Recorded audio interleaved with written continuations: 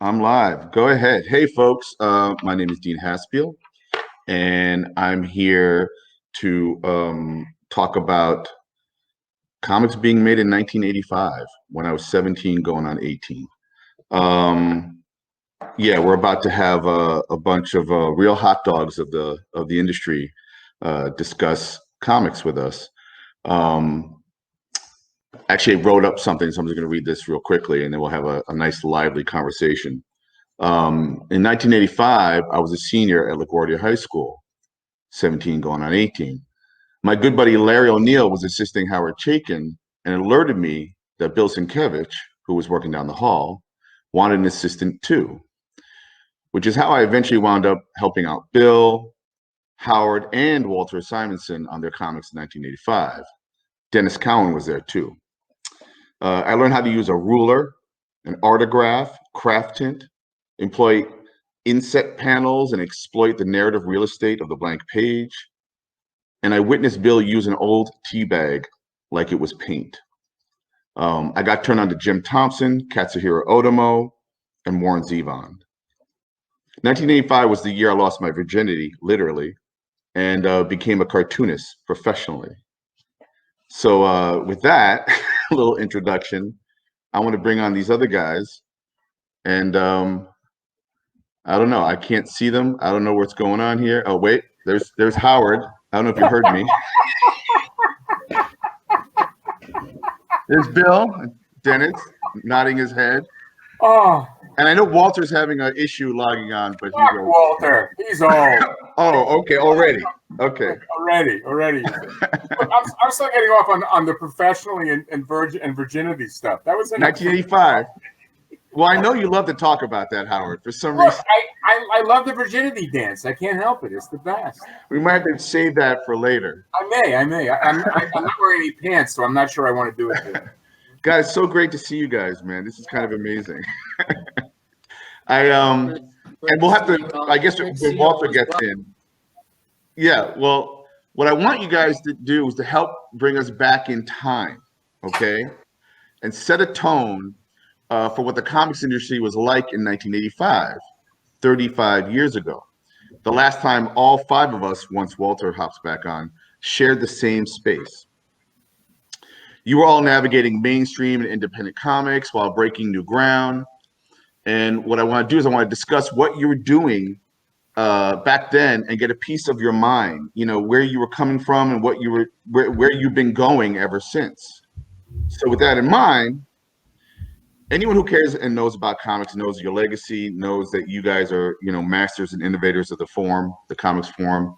And I want you to briefly introduce yourselves and tell us what you were working on in 1985 and why. And if you don't remember, I think I can tell you. So we'll start with Dennis. Oh no! Why Yeah. did it start with me? What was I in 1985? I was doing most of my stuff for I think DC Comics at the time, and I think that was the time when I was working on titles that started with V. So I was either doing Vigilante, Right. V, or literally V, and I got Right. two issues of each, and the last issue of each killed both books. So that was the final. Yes, That's right. I'm just a book killer. Yeah. Well, you were brought on, I think you were brought on to the end of the series for V, if I'm correct. Right, I was, because they were going to kill the book. So They're killing the book. And then and then you did a couple issues of Vigilante. And actually, I don't know if you know, but recently, is it James Gunn, who's taking over Suicide Squad, is doing Peacemaker that's loosely based on, I think, an iteration that you drew. what? Yeah. Get out of Yeah. here! I didn't draw Absolutely. people. I have a vague memory of Vigilante. So Thinking you I drew remember- one issue of a 3-issue arc that featured Peacemaker, Oh my that god! where he was kind of going bananas and going a little nuts. Yeah, And so I think that's the iteration. So maybe you'll be getting a paycheck. I don't know. I just remember thinking when I was drawing it. I remember thinking, I'm not drawing the Punisher. I'm drawing the Vigilante. Like That's this is right. so messed up. I should be That's right. drawing the Punisher. Why am I drawing the Vigilante? Like it just felt like it was like the redheaded stepchild of like that kind of character.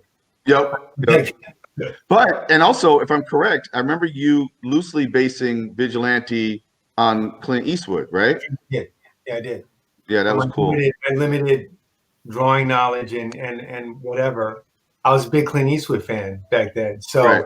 I'm like, Right. you know, when I just make him Clint Eastwood, I mean, he's the vigilante, Yep. aka the Punisher. So Dirty Harry, right? I mean, it was, But at least absolutely. he had a nice ski sweater. Say what? He had a really nice ski sweater. yeah, So Howard, when I entered the studio, you'd already been working on Flag for a year or so, I think. Yeah. Right. So that was your main gig. So in 1985, that's what you're working on. But like, how did you arrive to that? Like, I don't remember your earlier work. I think I was introduced to you through Flag, but obviously you'd done a bunch of comics before that for I think DC.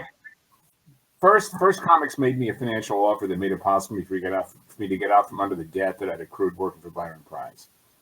And because Price had put me in a financial hole that just fucked me forever. Friends don't let friends work for Byron Price. That was the gold we had. And first made me this offer, and I have no idea why they had confidence in me that it was worth their while. They also went to other talent for whom I have no respect, so that I'm sort of lumped in with that crowd. But you know, they did it, and I had spent a couple of years away from comics after a spirited disagreement with the editor in chief at Marvel, and Right. who we're best friends now. Ah, fucking and I did the book, and it seemed, and it achieved.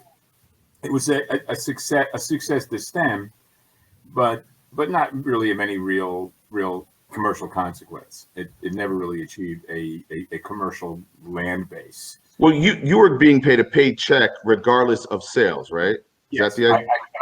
I did okay, and I also owned the material. So And you own the material. That's right. The material reverted back to me because of a clause in the contract, and that was a blessing. It really was. It hasn't paid off in any real way.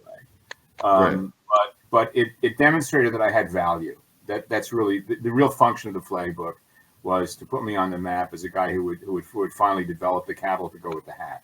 Mm-hmm. And you know, I was an awful person and a big mouth, but I finally managed to create a body of work that justified my obnoxiousness, and that really was a life-saving experience. It really was. Right. And that was your first foray into creator-owned comics, basically, right? I mean, you've done Cody Starbuck. No, I mean, we you know, all of us had done material we'd owned for various places. I mean, Friedrich's book, and you know, and some stuff for heavy metal. You know, Right. All of us, and you know, Epic was there. There was all sorts of things. I mean, there were a lot. I mean, the '80s was a real buzzy time. I mean, it really was. I mean, Dennis and Bill come along. I mean, these guys came from the blind side. I mean, I told this to Sienkiewicz. He's heard me say this, but I think Dennis as well. That what really happened was Dennis and Bill and Frank, to a certain extent, although John was our age, he was sort of in that crew as well, came along and bent superhero comics to their will, which none of my generation believed was possible. And that's really the key to what ultimately happened in the mid '80s. A new way of thinking about that sort of mainstream character comes along, you know. And also editors, I think, trusted the talent. And that's all Bill and Dennis and Frank. Right. Because John is like it's like a great traditionalist coming in. Sienkiewicz comes in, he's doing all this incredibly fucked up shit. Yep. And reinventing the way a page looks. Yep. Frank is synergizing Ditko, Eisner, and Kane. Right. And it's just no one, and it coincided with the fact of Stan losing interest in running the game and just basically being the presence as opposed to the creative presence. You look at what Electro Assassin, you look at Moon Knight. You look at what Dennis was doing, even on stuff like V, and then you look at then Milestone comes along. Right. These guys bent the material to their will in a way that none of my generation could have considered doing. Well, I mean, if we could talk to Bill for a second. I remember entering the studio, and at the time, my buddy Larry O'Neill, Denny O'Neill's son, was working for you, Howard, as an assistant. And then he told me that Bill down the hall was starting to look for an assistant. And I was like, I raised my hand and came running. And I was such a fan of, I remember reading Moon Knight. And then there was that issue, Hit It. And I think I've talked to Bill about this before, like where he literally pivots, like there is a huge, something just happened, something changed, you know? And I'd love to talk to Bill about that, but also get him into 1985. And it occurred to me, I didn't realize that Love and War, your Kingpin comic, was done in 1983 or 82, or came out in 83. Bill? I don't know if you can hear me. He's moving slightly. Here he is. 83? Yeah, that came out before you did Electro Assassin. Can you hear me? Yeah, I can hear you. I can hear you. What's that? We can hear you. Can you hear me? But yeah, you're a little choppy. Okay. All right. It's a little choppy on my end. I don't know if it's the way you guys do it. I don't know if it's me or if it's just systemic. But anyway. Well, we're okay. Shoot. Bill's always breaking something. Breaking comics, That's breaking hilarious. Zoom. Okay. He's such a handsome fellow, though, so it's kind of tough not to. Can't help himself. I I know. love the fact that it's the young guys who are fucking up technologically. Yeah, Uh-huh. baby. That's Yeah. right. That's fun. But Bill, By the way, I mean relatively young. Let's face it. yes, of course, Yeah, right? of course. But Bill, if don't know you what- can I hear don't us know and what you're the less problem choppy, like you had already completed the Kingpin Love and War story where you literally cut out wallpaper and put it on the Kingpin's the drawing of the Kingpin. Like kind of insane. You just pulling from other sources constantly to play with the form. All right. You know. All right, you moving around. All You right. getting a better signal. Now he's sideways.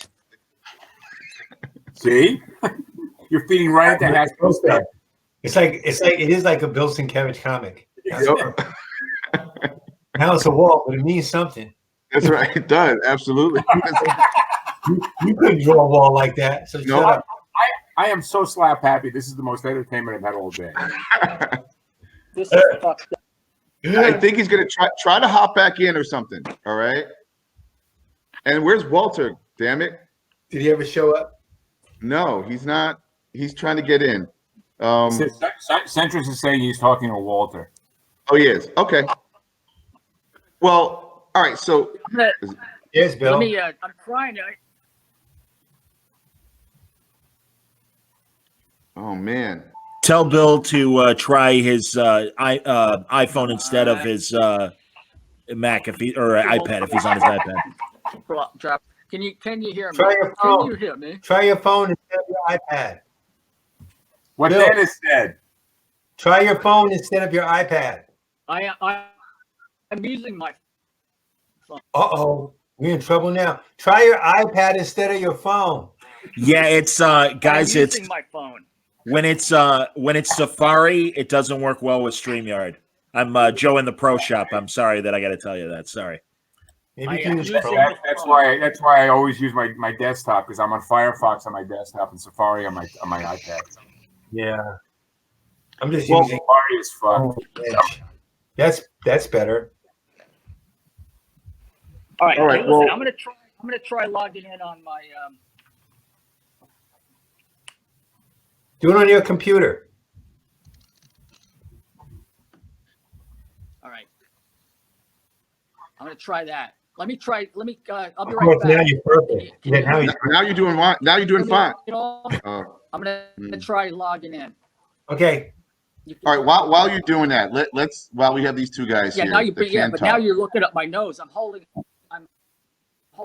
the damn phone because this set here is just a complete. It's just a clusterfuck. guilt pain effect. But that's all.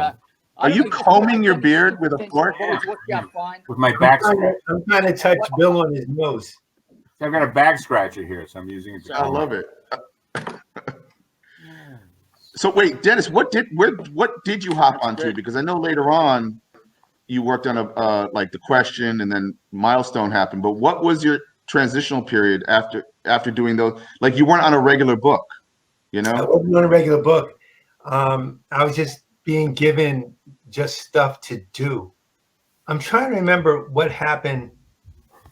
I must have gotten The Question after that, right? And when did Bill start inking you? Vigilante. I did all those before then, and being Vigilante, that was like part of the DC, stuff. I think I may have done like the Batman's 50th anniversary comic. Okay. The 3-parter thing with Sam Hamm. I may have done that next. Oh, right. Okay. That was like 85, 86. And then I think I did The Question after that. Well, Or I mean, around the same time. so your studio, to let the folks know they're listening to this, Howard was in Upstart Studios with Walter, and previously, I believe, and Howard, it was Frank Miller, Jim Starlin. The original group was me, Starlin, Simonson, and Myrick. Myrick decided to leave and didn't tell anybody, but said Jim Sherman could come in. The narcissism of white people. I didn't say it out loud, did I? And thank you very much. And then Starlin left and moved upstate, and Frank moved in. And that was the longest run. There were the four of us. Sherman was there, with mostly hanging out with Weiss. Simonson would show up. I was there at 7 a.m. Yep. And, Oh my God. He was. Well, I had to start smoking my day early because I had a big ashtray to fill. Oh boy. And, so it was great. I loved that time in my life. I truly did. And then down the hall was a different company that had like a back room where Dennis, Bill, and Michael Davis, I remember, were in the back room there. And do you guys ever name your studio, Dennis? Yeah, we did. It wasn't. I'm sorry. It wasn't. Come in. Want to see Howard? Look. Who's that? Who's that, Mom? Howard. It's my wife. I know, but I can't come on camera. I'm in a onesie. She's in a onesie. Look, that's Dean Haspel, who I knew when he was 17. This is the 1985 panel. Oh my This is god. what we were doing in 1985. There goes Bill. Who's frozen? Bill's frozen, but he's smiling. Hi, Bill. And there goes handsome Howard Taken. Hi, Howard. Howard's only getting better looking, huh? As he gets old. What's up? No. No, just one. Hey. Hey, Bill. No, he says hi. Hi, Bill. Hello. But did you name the studio, Dennis? Yeah, we did. Well, actually, our studio was not down the hall. I think it was right next door. Yeah. Yeah. It was right next door. It was a print It shop. was a print shop that owned this space that was right next door. Very nice guy who rented to us crazy people. It was me, Bill, and Michael. Bill was always the most serious among us. He was more like Howard, and like Michael. he would get there early and get to work, and actually work. I would kind of half-ass work. I don't know what Michael was doing, but I remember what Michael was doing. He was working on an alien comic or a space comic, and I think it was like 8 pages for Epic, and I don't think he ever finished it. I don't know what it was. I don't know if he ever did. I know that like my main goal for being at that studio was to go next door to Upstarts and bother Howard and Walter and Jim Sherman while he was there, and Frank when he was there. I was kind of around when all that stuff was going on, But when we were there was when Howard, Walter, Jim Sherman, and Frank were there. That was one of the questions I wanted to ask. Unless Bill can answer the 1980, what he was working on in 1985. Are you able to talk, Bill? Bill, can you talk yet? Can you guys hear me at all? Intermittently. Yeah, I can hear you. Yeah, I can. I am. Are you hearing me? Yes. Yeah. We can hear you. We can hear you. I think I was working on. Oh, okay. All right. Well, I'm trying to log into the site on my laptop here. Did you get an email connection thing? I thought I was working on a New Mutant, finishing up the run. You were on New Mutants and then started working on I think I Electra was Assassin, finishing because up that's what I Working on helped you on. Electra- Yeah, he was finishing New Mutants and on to Electra Assassin. You're right. And- Right, you know, exactly. I finished up.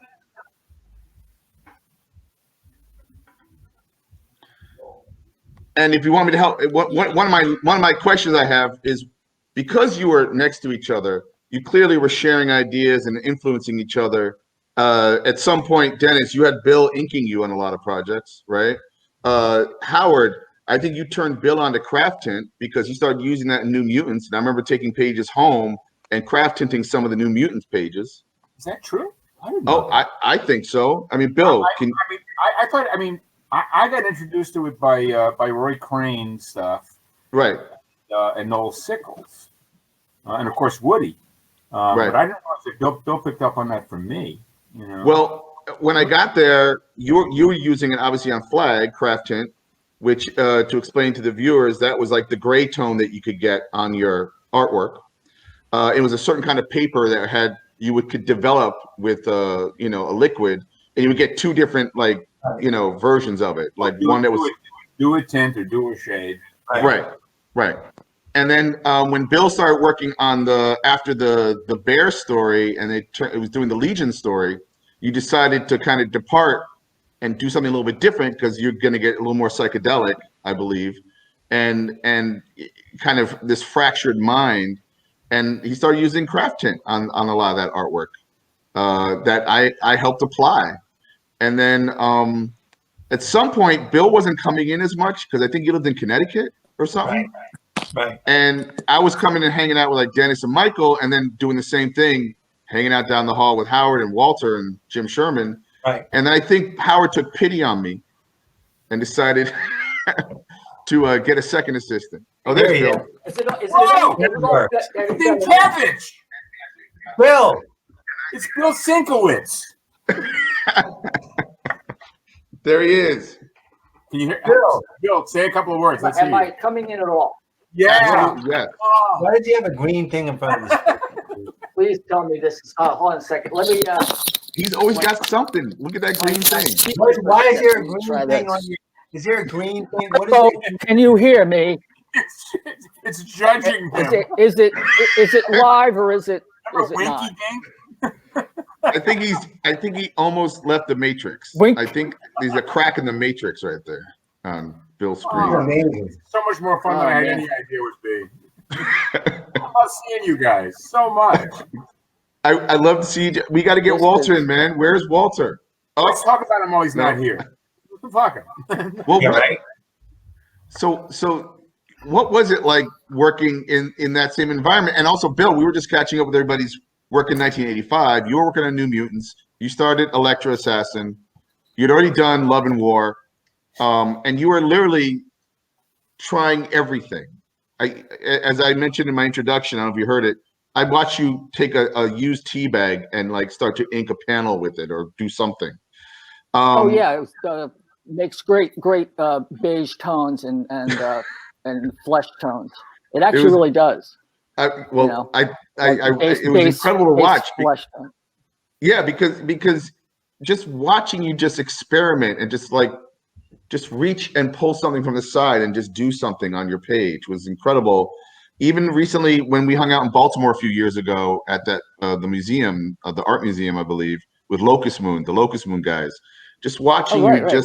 just play with ink and just it was like your art to me is intimidating to look at and figure out how you do it, but to watch you play it makes me want to play. You know, it's less intimidating. It's kind of a Oh really? Well, that's great. That's actually interesting really great to hear, paradox. 'cause- yeah, I mean, the only thing that I can do to explain that is that I make mistakes every, nanosecond, and then I'm trying to fix it. So it's fucking up, fix it, fuck it up, and so it's like a snowball. It's just whatever leaves the mark and seems to draw whatever I'm trying to translate. If it looks right, then I leave it alone. And then, until I don't, and then I it shits the bed, But And so, in a weird way, there's a chaos factor to your art, whereas I feel like with Howard, there was such structure and such a skeleton and bones to his, Did you guys, how'd you influence each other in 1985? You walking into each other's rooms, and can you talk about that? Well, Howard's work, I'd known Howard's work since I think he was doing Fafford and Mauser. I think I pretty much went through a whole period where I was. Walter. Shut up. Jesus. Yes, the Prince of Sunshine is with us. I'm pretty cranky right now, pal. Don't fuck with me. Well, we were talking shit about you. There must have been He's got I can that. leave again if you want to go back to it. No, stay. Cranky. That's that. I've been effing with technology, kind of cranky. That was exactly right. Yep. I know that look. We won't go into it. Well, I'm threatening the hamster on the wheel right now. Just to catch you up, Walter, we've been basically talking shit about Sienkiewicz because he couldn't get on worth a shit. Now he's on, and now you're here. So right. The band is We back planned this, Walter. We planned it this way, didn't we? That's right. We're getting the band back together. I'm sure that's said already. Yeah. This has not occurred since in 35 years. This is the first time that we are in a shared space like this. That's about it's right. Pretty It's like insane. yeah. Anyway, so Walter, just to catch you up, we were I- talking about 1985 and all the work that everyone was doing in 85, and Bill was just catching us up. Like I said, in terms of the influence, I'd mentioned being familiar with certainly with Walter's work, but with Howard at DC, the work he was doing on Fafford and the Gray Mauser, I just remember never having seen anything like it. And then when there was a certain design. Oh, come on. Oops. I was going to ask him. Technology wins again. I'm sure Bill will be back. But he'll be back not knowing we haven't heard him. We'll just continue speaking. That's right. There he is. You're back. Yeah, you're back. I'm putting a gun to my own head. And we only have 25 minutes left before they kick us off. Uh-oh. So Well, I'll fix it right after that. okay, that's right. You know how it goes. It's like finding That's the right. reference you need after you're done turning in the panel. That's Yeah. right. Here's my best story about that. I did Metal Men. I had to draw Stonehenge. This is like, 75? No internet, no web. I didn't have a lot of books back then. Trying to find Stonehenge pictures. I had a dictionary, had a picture of Stonehenge. It was like that big. But it was big, less than an inch high. But it was clear. I was worked out fine. 2 weeks later, I'm in the Strand bookstore.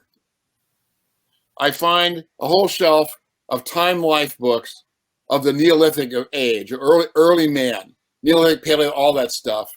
And one of them is about Britain, Stone Age in Britain. And I open it up, and in some of these things, I have a chapter, and then a short chapter, and then a photo essay, a short chapter, a photo essay. The last photo essay in the book is Stonehenge. Stonehenge in the rain. Stonehenge in the dawn. Stonehenge in fog. Stonehenge from below. Stonehenge above. Stonehenge in every. And I said, all right. So I bought the book. I've never had to draw Stonehenge again. Oh, My God, if I do, I am all set. that's amazing. That's That was great. one of the things we had to do for Howard was to clip out reference and put in a file cabinet. Now you have the internet. I would have a lot fewer books if I had started my career now. Yep. Well, I know that being in Westport, the Westport Library had Robert Fawcett, Albert Dorn, a slew of illustrators, are like clip files in their private. They had a separate room set up That's cool. for illustrators. Some of the illustrators, like Mark English, he would call in what he needed, and the librarians would pick out the reference. He'd pull up in his car. The librarians would hand him the envelope, and he'd drive off. Nice. Well, where was Yeah. that when I needed this stuff? Yeah. Yeah. But let me, if I could, I'd like to go back to one of the earlier questions. I'd like to make some kind of fucking contribution here instead of just. Yes, please. Yeah. Go, Bill.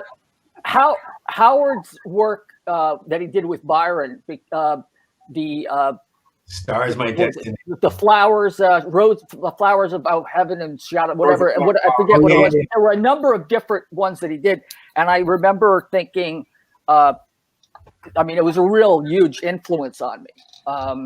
So it showed that that painted stuff was possible. Although my goal was to try to get subvert the comics themselves, because as opposed to a graphic novel like what Howard was doing with Byron, or with even with Marvel with Love and War, I was trying to get into the actual comics and even take the superhero stuff and try to bring an illustrative quality to it. Yeah, that's I was talking about bending the material to your will as opposed to being bent by it.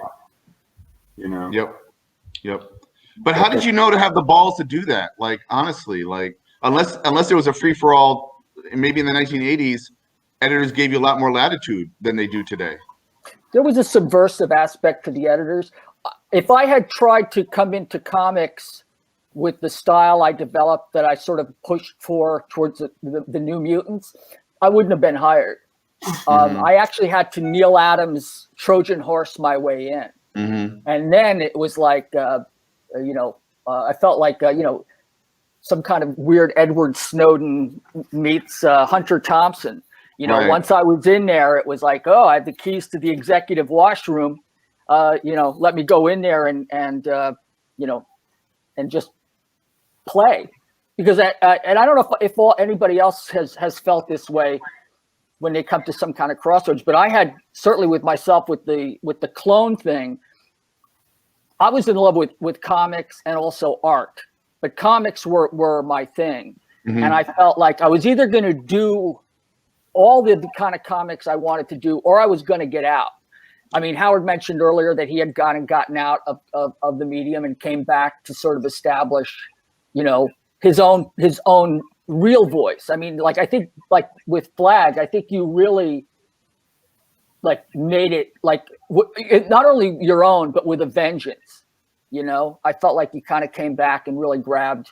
I know Walt was doing that on Thor, and I think Dennis was you were pushing into the question at that time, right? Well, that was a little bit after he got into the. That was before the question, but what I can say is that there's 3 guys on the panel who totally influenced everything I did after. So between Howard and Walter and Bill, it's kind of formed my life, my artistic life in a way, in a very profound way. I'm looking at that and I'm freaking out a little bit. Howard was the one. Howard and Walter both taught me hard lessons. At one time each or twice each, they sat me down and literally taught me what to do and what not to do and what to look for, what not to look for. I didn't need a lot of lessons, but the ones I got, well, I probably did need a lot, but the ones I got, they were generous enough to give me, meant so much. Howard sat me down after me struggling with V and Vigilante, as good as they were because I was doing stuff. I don't know how they felt about my work, but I know that they would look at it and really criticize it. And not in a mean way, but in a great way. So Howard looked at it and said, basically, looked at my page, took out a piece of trace paper and said, you're doing it all wrong. And I'm like, well, what do you mean I'm doing it all wrong? And he explained to me that comics were about shapes, and patterns. And until I started thinking that way, I wasn't going to ever really successfully compose a page. So he taught me what that was, with circles and squares, and literally putting shapes on top of shapes and how that worked, what to look for.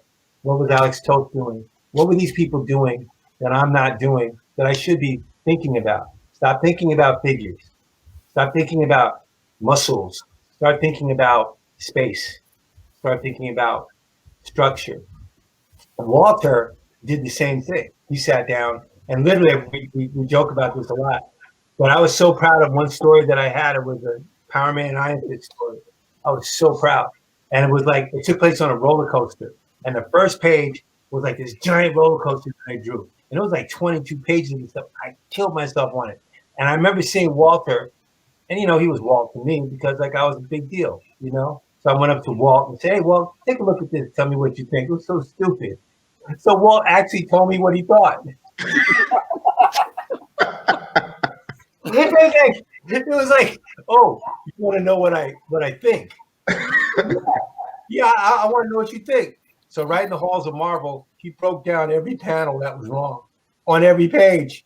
Oh, As looking through it in the halls of Marvel. And I'm thinking, I'm dying here. Because I have to turn this thing in. And it's all wrong. I remember saying to Walt, I have to turn this in. And he was like, well, you'll get it right the next time. I mean, you can turn this is all right to turn it right now. And I'm thinking, no, I'm getting the worst piece of shit ever because I have to. And literally, the pages are still smoking from the criticism.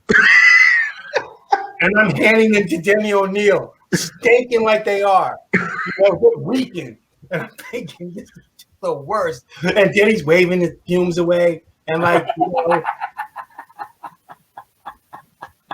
and I just remember it going. I just remember thinking. Here's the sequel to that story. No Years sequel. later, when we were in Upstart, you guys are next door. You were doing a Batman story. You had a Batman story. I don't know if it was a Sam Hamm script. I can't remember. Stuff. Something pretty cool. And you brought the pages over to me to look at. And they were dynamite. They were dynamite pages. I don't remember any of that. And that's what I said. I said, these are fabulous. These are fantastic. And you said, you reminded me of looking at the roller coaster job a million years earlier. Yeah. And said, that was the kind of reaction I expected back when I showed you the roller coaster job. Yes, I told you. When I handed it to him, I was like, I was feeling myself. This is really professional work, man. So anyway, and then Bill, I'm working next to Bill, and he's, and people don't know, but Bill and I have been friends for a very long time. I saw Bill one of the first times he came up to DC Comics, showing his portfolio. I was there when he walked in his jacket and his slacks, right? And his portfolio looking very Westport professional. That's right, baby. No, that was my little Abner look from New Jersey. I was sitting in the lobby. I watched this guy walk in his slacks and a sport coat, and it's a young guy, and I'm thinking, what the fuck is wrong with him? Why does he look like that? And it was. I was wearing pants, and nothing I was wearing was natural fiber. Everything was polyester. Oh yeah. And I was wearing a brown suit. I had pants you could play checkers on. Yep. I swear to God. Yes. And I had an Eiffel Tower tie. He was awesome. Because I remember Alan Weiss going, "Nice tie." We were all like looking like, okay, so you're the guy. So the other time I met Bill, and this may have been after or before I saw him at DC. I'm up at Continuity because I was working Continuity. I'm 16 or 17. This is how far back we go. And I was working as an assistant for Neil. I was basically doing what Dean was doing, except less because I didn't have as much talent as Dean. So mostly I got yelled at by Neil for messing things up. So it was great. So I'm sitting right behind him, and Bill walks in. And I guess he had an appointment with Neil to show his portfolio or something. Never forget this. Joe Barney was there. Joe Desposito was there. Mike Nasser was there. And Joe Bro, all those guys. And he comes in and he meets with Bill and he meets with Neil. And Neil opens Bill's portfolio and puts it on a flatbed surface. I'll never forget this. And he's flipping the pages slowly like this. Because Neil says, he's great. Be right. Flipping them. And we're all looking like, God. And he's like, occasionally Neil would nod. Yeah, see, this one's good. This one's good. And then he gathered us all. He says, come here, look at this. Hey, Dennis, come on, look at this. He goes, you see? And he looks at Bill and he looks at the page and says, this guy's doing you, but he's doing it right. By this time, Mike Nasser was there too. We were all gathered around because Neil had called us all in to look at Bill's portfolio. He's doing me, but he's doing it right. And he looked at kind of NASA pointedly, and he looked at me, and he looked at everybody. And I remember thinking, just fuck this dude. Like, Yeah. it was like I was thinking he's so great. I was thinking, what the fuck he's coming up here for? Now Neil's like, this is my new son. I've been working with him. Mike Nass is assed out. Mike Nass was really assed out, like, just fuck all this. And I'm like, I remember thinking, this polyester suit just came up here and just blew us all away. And I remember Neil Adams picking up the phone. I remember him picking up the phone while Bill was there and calling Jim Shooter and saying, I'm going to send this guy to see you. His name is Sienkiewicz. That's how you say it? Bill Sienkiewicz. I'm going to send him right now. Yeah, he's coming down. He's going down right now. He's coming down right now. I was there, baby. I remember all that. And I remember also thinking, Neil ain't never called up nobody from me to send me nowhere except to go get him something, like go pick this up at the store. That's the only thing he ever had me do. He ain't never sent me nowhere. Oh my God. Like, oh God. But it was, you made a splash that day that I never forgot. Because it was a pretty shit up in front of everybody. time.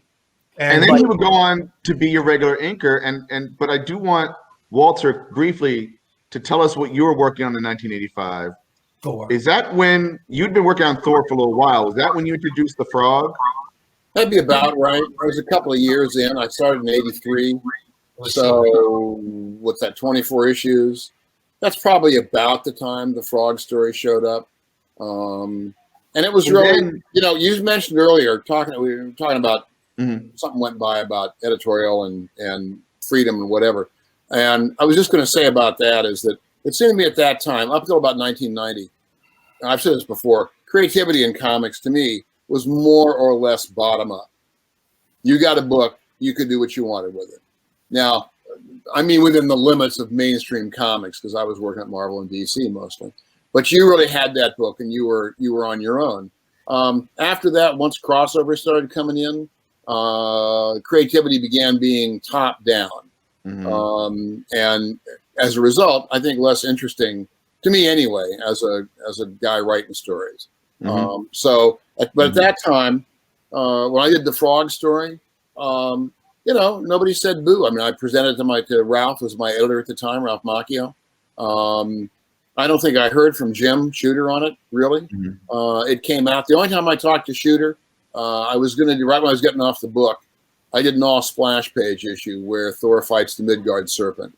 And I was trying to figure out some way to do that story because Thor was going to be so small and the serpent was so big. And eventually I decided that all splash pages would do it. But I wasn't sure that was going to be received. At that point, John Byrne had done an all splash page issue of the Hulk, but it hadn't been printed. He'd gotten a contretemps with Denny about that, and I think he got off the book. And that story had not come out yet. Eventually, Alan Milgram published it in, what was that, Marvel? Fanfare? It was in Fanfare. But it hadn't come out yet. I hadn't seen it, but I knew it existed. And I had the idea to do an all splash page issue. I wasn't sure if Jim would be amenable to that at the time. By that time, he was kind of exercising a more oversight on the books than he had earlier. And so I stopped by his office. I just I poked my head in. You're in the office a lot back in those days. Poked my head in. He wasn't busy. He wasn't talking to anybody right then. And I told him what I had in mind with my usual enthusiasm and gusto. And he just said, "Sounds great." And that was it was kind of an inoculation against having any problem later on down the road. But it worked out fine, and the issue came out well. So my run on Thor, that was a book when I first took it over. Mark Grunwald was the editor. And Mark told me I had carte blanche to do whatever I wanted with it. It wasn't selling very well, which meant that, the good part about that was if I'd taken over the book and it tanked, they'd just say, oh, well, that book was going down the tubes anyway. Too bad. If it did well, they'd say, wow, Simonson, what a genius. Right, exactly. I'm not sure I quite made the genius level, but I did end up, it sold well, and that was that. But I really did. I've never had a book in mainstream since then, or before that, really, where I had carte blanche. I mean, what about Orion? What about Hunter and Archie? But Archie was the editor. So what about Orion? I thought that was such a great. More or less. I mean, I did have to do a Joker crossover in the middle of it. Right. because they were doing crossovers, and it was like, okay, this month you're doing a Joker crossover. And I Okay. came up with a story I really liked, so I did 2 issues on it. I Right. said, screw it, I'll just Right. do 2 issues on this. And Right. I used a lot of Kirby stuff, but that one I had a lot of freedom on that. But that was also nobody cared about Orion at DC. I mean, it was DC. The new guys have never done very well there, the Fourth World stuff. Yeah. And so I got 2 years out of it. Had a great time. One of my favorite books to do. Great. I have a feeling that the second year I was doing it, it was probably losing money for DC, but they let me keep doing it. And then Right. finally, how did this work? My publisher, my editor, and somebody else, I was a group editor. I don't remember how DC was structured, but Paul Levitz and Mike Carlin and somebody else. He went over to DC and Marvel eventually. They took me out to lunch to tell me they were canceling the book. Mm. And I have to say, it was very nice to have, as opposed to finding a message on your answering machine or maybe a email. Your book's dead. Go away. Right. It was very kind of them to do that. And so, Right. and they gave me about 4 issues to wrap it all up. Right. I think Paul kind of blanched. I said, I need probably 4 more to get everything finished. And he kind of went, ugh. But then they let me have them, and it worked out pretty well. Right. It's interesting that you say that. I was just thinking about what everybody was doing in 1985 as compared to now, where like what you mentioned about top down, bottom up. I mean, I don't necessarily feel that the editors are really necessarily editors anymore. I feel like they're more glorified traffic managers to kind of keep the the wheels on the train of the licensing, so to speak. Because there was a lot, 85, 84, 85, 86. I mean, that was such an amazing time. I mean, everything. I mean, I remember when you did Beta Ray, Bill, and then the Frog. It's like, like just that kind of sent ripples through Marvel. I still remember, people's response, and then with Flag, that because that got on everybody's radar, and I know obviously with Frank we did with Dark Knight and everything. It was Flag, Thor, and Daredevil. That's what. Oh, was it Daredevil? That's right. Yeah. Daredevil at the time, yeah. That's right. Yeah. No, you're right. One of the things we really have to remember. While I'm working. Sorry, Howard. Oh, sure. Finish that. Yeah.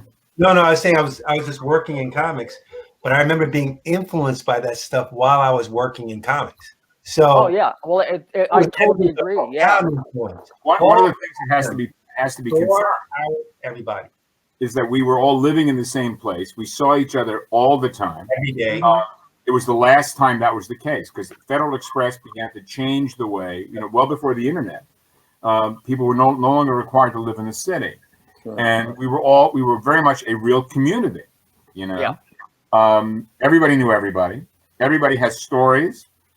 Everybody had experiences. We ate together. We drank together. We partied together. We messed up. It was distinctly community together. Hey, what? I said we messed up together. We got mad at each other together. Up, we did. All of it. It was an affordable life. I mean, part of it also, one of the things I really miss about those days is that it was great to go to the office. You had to take your pages in because you weren't scanning stuff yet. Right. You took your pages in, which means you bumped into Dennis or Howard or Bill or 85 other guys, and they all had to work with them. Mm-hmm. And you could see the original art these guys were doing. The one instance that blew me away was when I was first in comics. I came into the DC coffee room. Bernie was there, and Bernie's one of the guys. Bernie Howard, Mike Kaluta, and probably Dan Green were the first 4 guys I met on the first day I walked into DC. I think Weiss was there too. Looking for work. Bernie Wrightson, yeah. Might have been Weiss was there as well. What's that? Weiss was there as well. Okay, maybe it was Alan then.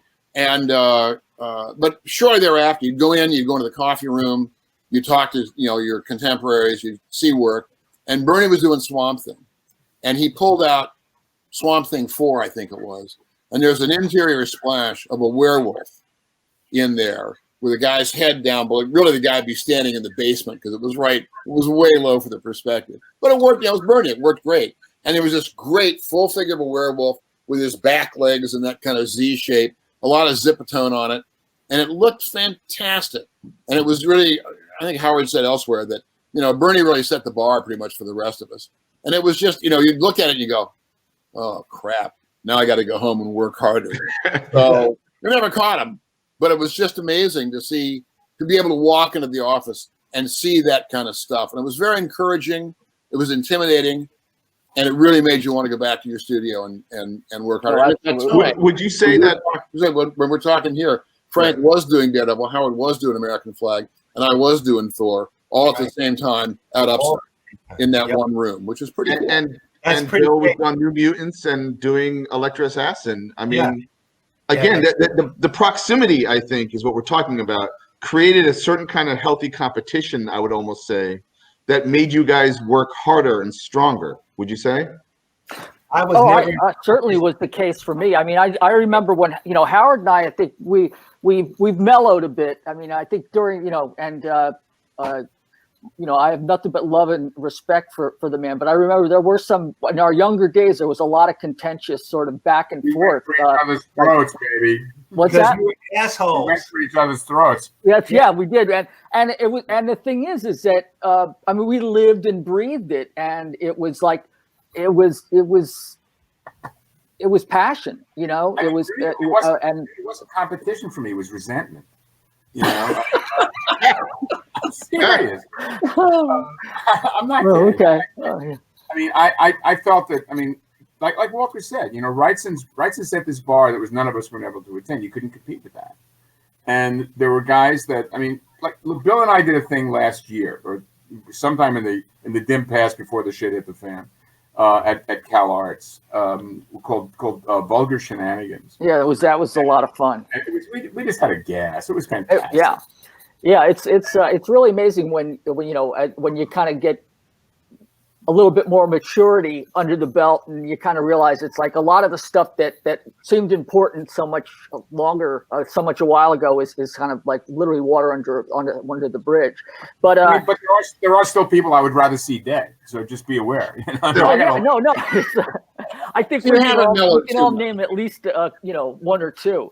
But yeah, that is true. I mean, we were all we would see each other. Now it's like, even with social media and people posting stuff all the time, it's sort of the public, square in a way, but it's not quite the same as holding the stuff in your hands and walking seeing down it. Third Avenue wearing a Velcro snap red Superman cape with Frank Miller walking 3 feet behind me, so no one would know that he was with me. You can't get that on social media, man. Also, I remember my first year or two. The first year, I think, when DC was still over at 909 Third Avenue, 909 Lexington, wherever it was, from the Blarney Rose. And I remember there and there were still Wienerwalds back in the city back in those days, which was a restaurant, chicken and German food, maybe, I don't remember. But we used to go there every so often, so that you not only got to look at the pages people were doing and could be excited about them, but you'd bump into your friends. Continuity was like a boys' club. Just thinking about continuity, because from DC, you walk over to continuity. Yep, and Marvel the same way. You could walk to continuity. Yep. And so then you'd go out at night. Neil taught me the beauties of a bacon cheeseburger, which I never eat anymore. There used to be a restaurant called the Channel 4 Restaurant down 48th Street. Wow. But it was really the communal aspect of it. It was partly professional. It was partly family, and that was it was. We often talk about that, not often, but occasionally talk about the fact we feel we came through comics at an absolutely fabulous time to be in comics. Yeah, which will not be replicated. Going to lunch at Kenby's with Jack Abel when what's her name from the Facts of Life would come in and work the room. Jack calling the waitress George Washington. Just brutal. It was just brutal. Harry and Ralph, Paul Kirchner, all these guys, we were all of the same age. We were incredibly vital, to a certain extent, hostile, and just, it was the equivalent of what stand-up comics go through, trying to literally one-up. And it was, I think it's with stand-up comedy, it's they shit-talk each other brutally, and that's a sign of affection, Absolutely. It's like you're kind of in the family. Speaking of, I knew that I was, grandfathered in or well liked or loved because of a prank that was pulled on me. I don't know if Howard wants to tell the story or Walter wants to tell the story. Well, I'm not sure. I think you should tell the story. Oh, no. Uh, I can tell apart. And I want to say here and now, before this is told, I really held my own against Walter doing this. Yeah. You remember that? Walter, do you remember that? I cringed through it all because I remember, like, I had never seen so much. I had never seen Walter get angry. I thought he was like the Mr. Rogers neighborhood of comics. You know, like You're gonna ask Howard about that later. he was the nicest guy ever. And I remember, like, I see what used to be filing cabinets, babe. you saw filing, that's right. And they had a record player, and they would play like Warren Zevon and Van Morrison, right, and other stuff. And I guess I brought in a Prince record. It was a 45 of Little Red Corvette. And once in a while, they'd be like, Dean, you could put your song on, So I was like, thank you. It's really sweet. And then there was one day where, like, I don't know if it was Walter or Howard just kept suggesting I put that song on again. Just go ahead. You should play it. And I was like, why? Like, you guys don't like Prince or whatever. You're always making fun of me. And then I decided, okay, I put on the 45. It's playing Little Red Corvette. I go back. I'm working on backgrounds on Flag.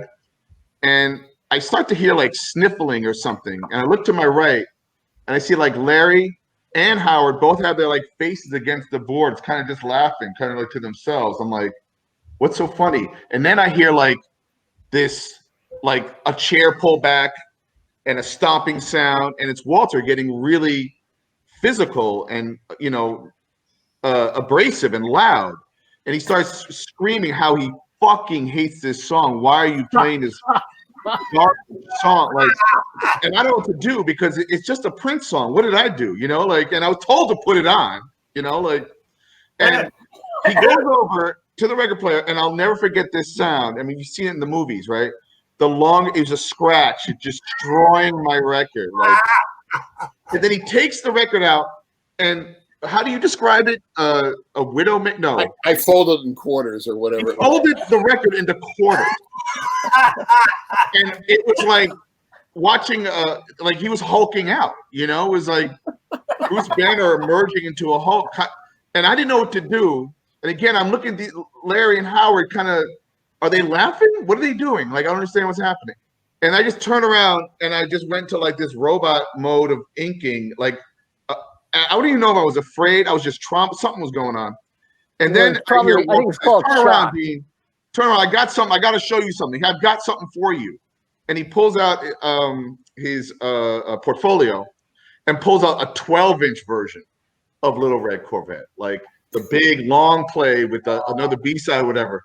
And then everyone starts laughing, and my heart is just palpitating. And then I knew that these guys loved me. And I kept that a world of abuse taught you that lesson. That's right. That's and right. I kept that 45. I nailed it to above my art table, I remember. That's right. It was kind of an heirloom, or like this sign of. So that was a beautiful moment. But I'd never seen Walter get so angry. I was like, afterwards I was like, what a great actor. But apparently Walter gets mad sometimes. So I don't know. Sometimes.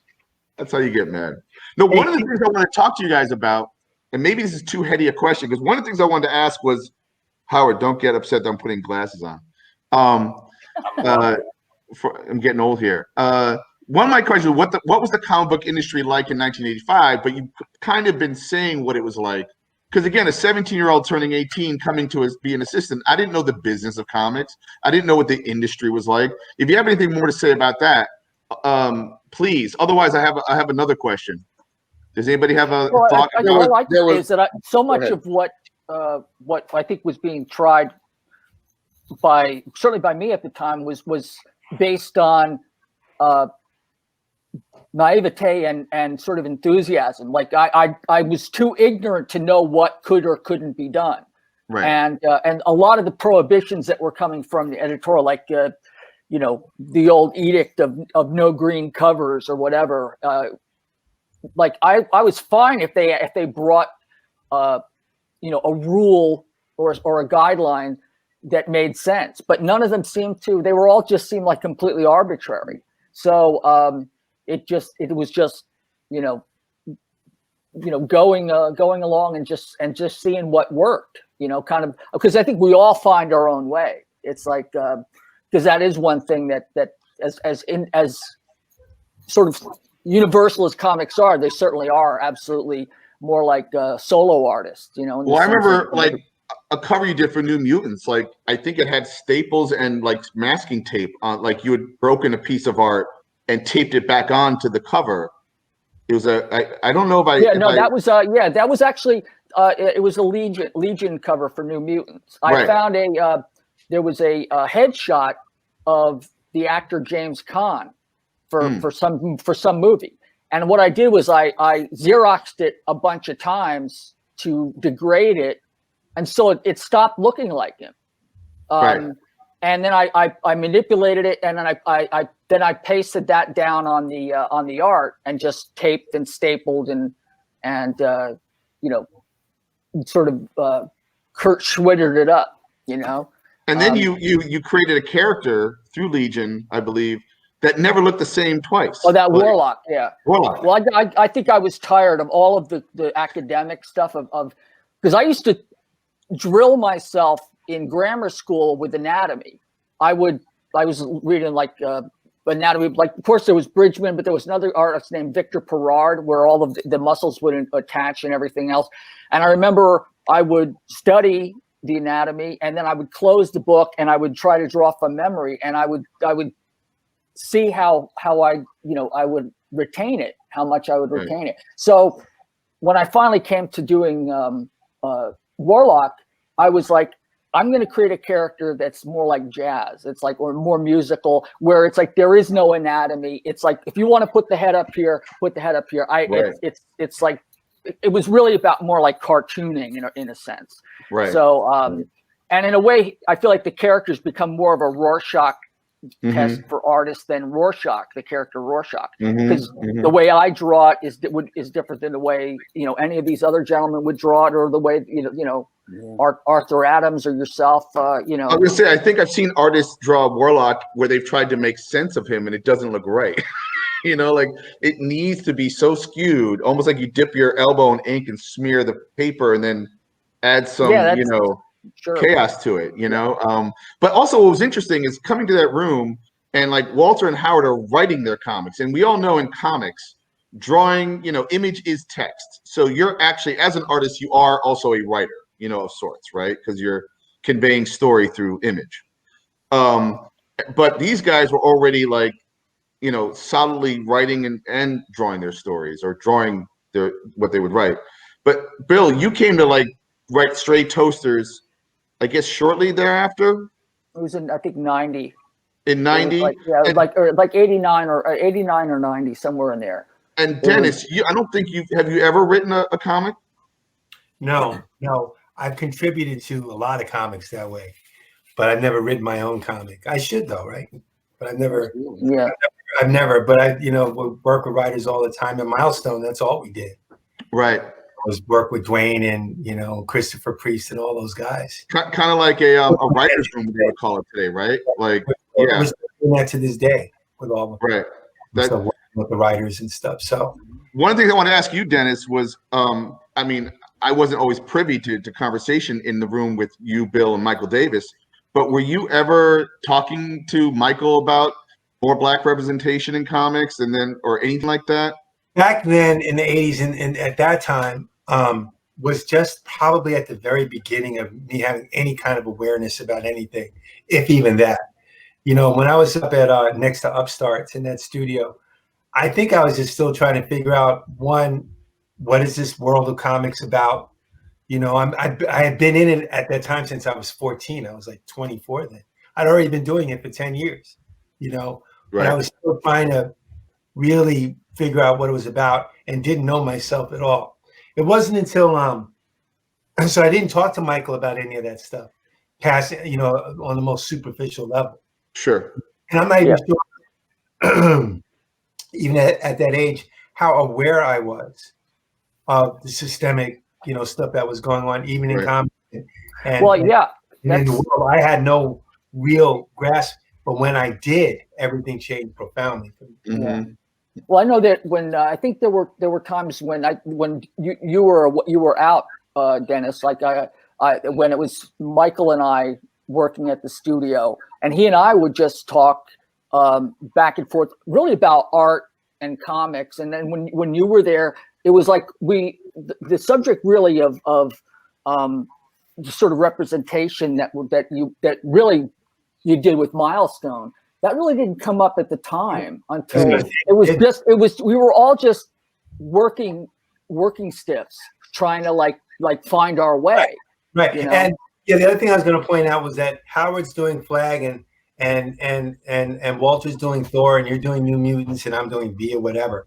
But it wasn't like this was, and Frank's doing Daredevil, but it wasn't like anyone thought we're doing extraordinary stuff that we're not going to be doing later. Mm-hmm. It was art.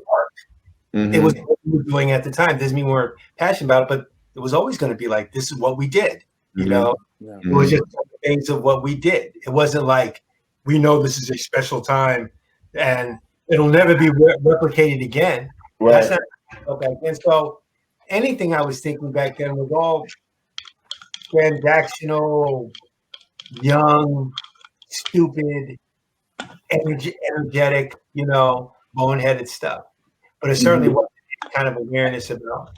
I think that's exactly right. I mean, we were all guys, I think, who were really lucky to. I think that we shared the idea that we were lucky to have a job that was basically making a vocation of our avocation. Yep. We were hobbyists making a living from our hobby, basically. Yep. And there's a lot of look. We were the luckiest sons of bitches walking. Yeah. I mean. Yeah, we were being paid to learn. I mean, that's how I viewed it for a while. To take chances. We were also among the last generation of artists who, like you were, Dean, who had assistants, who were assistants, to different artists. Like that whole thing is gone, but we had that way over time. We had a lot of. I worked for Woody. I worked for Gil. And I worked for Greg. I worked for Gil. I worked for Rich. I did a lot of different stuff, and all that helped. All that was preparing you to be a professional, and even then, you still couldn't really do it until you were doing it for years. Yeah. I was going to say one thing. You're talking about 1985. One of the major differences then than say in the 70s. Where, the distribution aside, because that was a major thing for comics when the direct market got underway. But I think one of the things by 85, that was about 3 years into royalties. Yes. And before that, you were being paid piecework per page, whether it was lettering or coloring or writing or drawing. And when royalties came in 82, that my income went up by a third. It's gone back down again now. So just, it didn't. But it did. I ended up, I was on the X-Men Teen Titans crossover at the time the decision was made to start royalties. In fact, I'd had a discussion, Chris and Terry and I had talked to Jim Shooter because we knew that the book was going to sell really well. Trained monkeys could have drawn that book. It would have been fine. Would have sold a lot of copies. And we asked about getting royalties in the book. Having royalties would be a good plan. And it was explained to us that, well, there just wasn't really enough money in comics for royalties to be given out to freelancers. That the business would go under, and that would be the end of it. So we should be grateful for what we had, more or less. I don't remember his exact words, but that was the idea, that there wasn't enough money for royalties. And then somewhere in there, DC instituted a royalty plan. That was probably Paul Levitz and maybe Jeanette, perhaps, and maybe Orlando. They were kind of the triumvirate for a while. And within 3 or 4 days, Shooter and Mike Hobson had instituted a similar royalty plan at DC. And the result was it went in before we'd finished the X-Men Teen Titans. So we got really nice checks. And strangely enough, the industry did not collapse after we were paid that money. But I think it made a difference. In some ways, it may have made freelancers a bit more cutthroat. Because before I was going to say that it did change the whole paradigm. I think everybody started to vie for the higher profile stuff, and I think I don't know if it was the royalties, but I think Marvel had some kind of plan in place before that, which I think they called it the incentives. The incentive program. Yeah, which is where like if you stayed on for 10 issues or something like that, you got a certain amount. Yeah, bonus. The bonus system or whatever. But but there have been a couple of those markers along the way. I remember when all the guys left to start Image, and then Marvel's stock fell, and I remember one, the fact that there was a stock on Marvel, and two, I thought that the business or the medium, it was going to change everything. So the more corporatization that kind of came into the clubhouse, so to speak, became a little bit more pervasive. And also, in the 70s, comics was kind of a small business. Mm-hmm. So there wasn't that much money floating around anyway. And right. that changed over time. I don't know how it is so much for mainstream because there's so many more comics now. But they certainly generated, thanks to movies, billions of dollars. It's a very different industry than it was back when we were all kids doing the work. Well, the billions that are being generated, having grown up, I think we can all sort of remember the contempt and that comics were sort of viewed with by the vast majority of people, sort of the juvenile medium, blah blah blah, and having had some experience with the corporate side of things and the cinematic side of things, I guess Marvel and Disney have made billions of dollars on their films, but very very little of that money is taken from that department and translated to comics. There is a segmentation and a bifurcation of the sort of corporate structure, and I think, it's speculative on my part, but I do feel that a lot of the powers that be on the cinematic side sort of view the comics side of things, one, as research and development, and also with a certain level of the same kind of askance look that we kind of grew up with. It's like it's the crazy kids over there, but we're the grown-ups. Let us take it. We know what to do with it. Hollywood is basically made up of the guys who used to beat the shit out of us for reading comic books in grammar school, now making money off the fucking stuff. Yeah. That's really what it is. Well, with this in mind, that kind of, I wrote a question that kind of discusses this a little bit. So again, put on your 1985 hat. Well, I'm going to have to put on my have to go to dinner hat pretty soon. So yeah. Okay, couple minutes. Where did you imagine the comic book industry would wind up, and what actually happened to your career 35 years later? What? In other words, in 1985, where did you think the comics industry was going to go, and what was going to be like? And then course corrected with what actually happened. In 1985, I literally thought things were always going to be like this, like forever. Like, this perfect world where I was going to have a studio next to Howard's studio. Right. I was going to have a studio with Bill, and Michael and I are going to be pals, and hopefully I would get a regular book, and that was probably as far as I took it. Right. I certainly wasn't thinking 35 years. In 35 years, I'm going to be doing X, Y, and Z. Right. I probably had aspirations of being like Garcia Lopez or somebody, or like Howard, or like that. That was it, and if I could achieve that, I was going to do well. What happened subsequently was as much a surprise to me as anybody else, but I certainly didn't. I wasn't thinking 35. You weren't thinking too far ahead. No. And you guys, did you think way ahead? Like, was there going to be an industry still? Well, I'm still hoping to be like Jose Garcia Lopez before. Yeah, right. So I'm still working on that. I used to see him working every day at DC because he used to stay in Andy Helper's office working on his pages. Ross Andrew would work the next office over, and Ross Andrew would flip his pages over backwards and do them reversed. Oh. Flip them over and draw them the right way with a light box.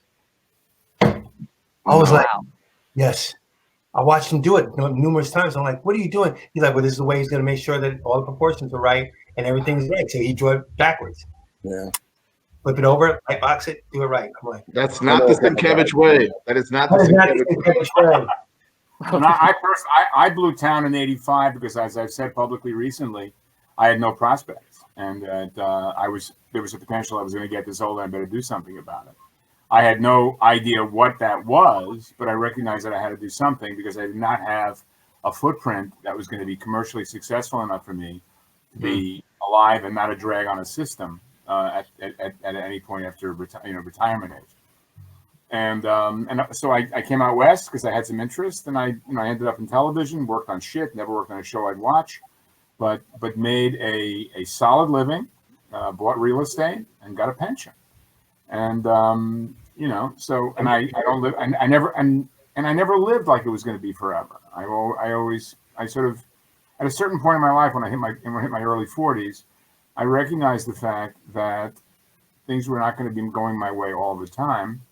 And then I better take care, and I did, and I transformed a lot of aspects of my life. But I've always, here I am. I'm 70 years old, and I'm still doing the same shit I was doing when I was 20, and happily so. I draw the same pleasure from making them as I once did from reading them. And I'm grateful. Yeah, absolutely. I feel like it's pretty much the same for me. It's that it still remains perennially green for me. My goal is, as a kid, when I was 7 years old, and I told my father that I was going to draw comics, for a living. All I ever wanted to do was just draw comics. Any of the other stuff in terms of trying different mediums or whatever, I felt like once I was going to do comics, then that was the way it was going to be for the rest of my life, and of course, that old bromide about, if you want to hear God laugh, tell him your plans. It's everybody, it's like, has had their own bizarre, circuitous path. I remember once early on, when I first started trying to get into illustration and, dabbling in that. I remember the rep that I had, it was for some kind of hotel chain, and it had to do with a number of different international flags, and it was a pretty big money job. But I lost out to Bart Forbes, and I remember not being upset that I didn't get the gig.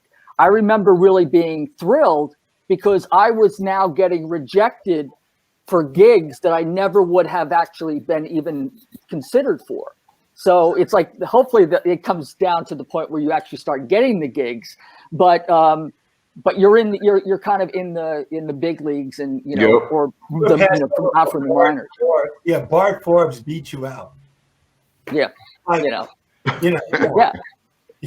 felt when I was young, when I got into comics, Howard will verify this. In the 70s, we all thought comics was a dying business. We all thought in 10 years it was going to be dead. And we loved comics, and we wanted to do them while they were still around. So we thought we'd try to get into the business, do it now. And at some point down the road, we'd have to get jobs like real adults. But we'd still have a chance to do comics while they were around. The direct market happened, other stuff happened, and comics didn't die. Not then anyway. And that's about the time I quit prognosticating on how the industry was going to go. I said, okay, I really have no idea. So, but I like doing comics. In some ways, I like working alone. I love being in a studio with other guys working on their stuff around me. I could see what was going on, and you can feed off each other's energy. But I really like having my drawing board right here in front of me, my reference, stuff like that. And I've been lucky enough to get work for longer than I would ever have thought possible. And I still get some. So I'm happy to keep doing it. I would like to do it as long as I can. One of the stories I've heard, I don't know if this is true or not, I haven't bothered to look it up, is that Maxfield Parrish died at about the age of 96, I believe. And he quit painting at about the age of 90 because at that age, he was a little shaky. And so he couldn't paint the way he saw the paintings. So he retired. And I would like to retire or not when I'm no longer able to do the kind of work that I do. It doesn't meet whatever standards. On the other hand, oh man, I always forget who it is. Is it Matisse? Who did the giant abstract? That was Matisse. That Matisse? The water lilies. Well, that, but he also did, at the end of his life, he was doing big abstracts. They were cut paper. He would color the paper, and then he would cut them out, and he'd paste them all together, and these almost like these giant banners. Yeah. And in the books, they don't look so impressive because they're like this big. But there was a Matisse show in New York millions of years ago, and these things are hanging from the ceiling. They're gigantic, and they're just phenomenal. And apparently when he was doing those as an old man and an old ill man, he would lie in bed as he was ill, and he had a maul stick, and he would have his assistant paint the paper the way he wanted it painted, and then cut it, direct how it should be cut. And then he would push the piece of paper with the maul stick around the bottom sheet until he got it where he wanted it, and have the guy glue it down. And this is really on essentially, I gather, on his deathbed. I mean, just at his final illnesses. And I thought, no, I'd be kicking and screaming on the way out. I will not be so cool as to be able to do that. But I thought, well, that was just incredibly cool. And an artist who found a way to do the work he loved as all the way through. And that would be nice. I had my brothers. That's what I would do. The business would change around me. It's changed around me a ton so far. Still have work, still happy to do it, but I don't prognosticate how this is all going to work out in the end. I would accept that I know that a lot of the stuff I've done, even this crappy newsprint from Manhunter from 1973, that is going to outlast me. Some of those issues are still going to be around yellow when I'm long gone. Don't mention Star Wars to Howard, though. Look, I've already written my New York Times obit. Cartoonist Howard Chaykin dies. Fucked up Star Wars comics. There you go. Howard Chaykin knows for his Star Wars. I miss having my assistants in the house. I mean, my office, my studio down here. I like the idea of having two guys to yell at and be yelled at by. Laurel is convinced I play my music to annoy my assistants. She's entitled to believe this. And I truly do miss having Calvin and Ramon around. I worked for years alone when I first moved to California. And then I had a studio with Vosberg and Don Cameron and Sean McManus, which is a really febrile enterprise. And I live up in, Walter's been to my place. Dennis been to my place. I live in a beach town. I'm the luckiest motherfucker, Walter. It's swell. It's just. And my office, my studio is dynamite. It's great, but I miss having my boys. Well, that was going to be a question I had for you guys: is do you miss the studio environment? And for those of you who still use assistants, what is the difference from 1985 and 2020 besides Photoshop? But it's mostly Photoshop.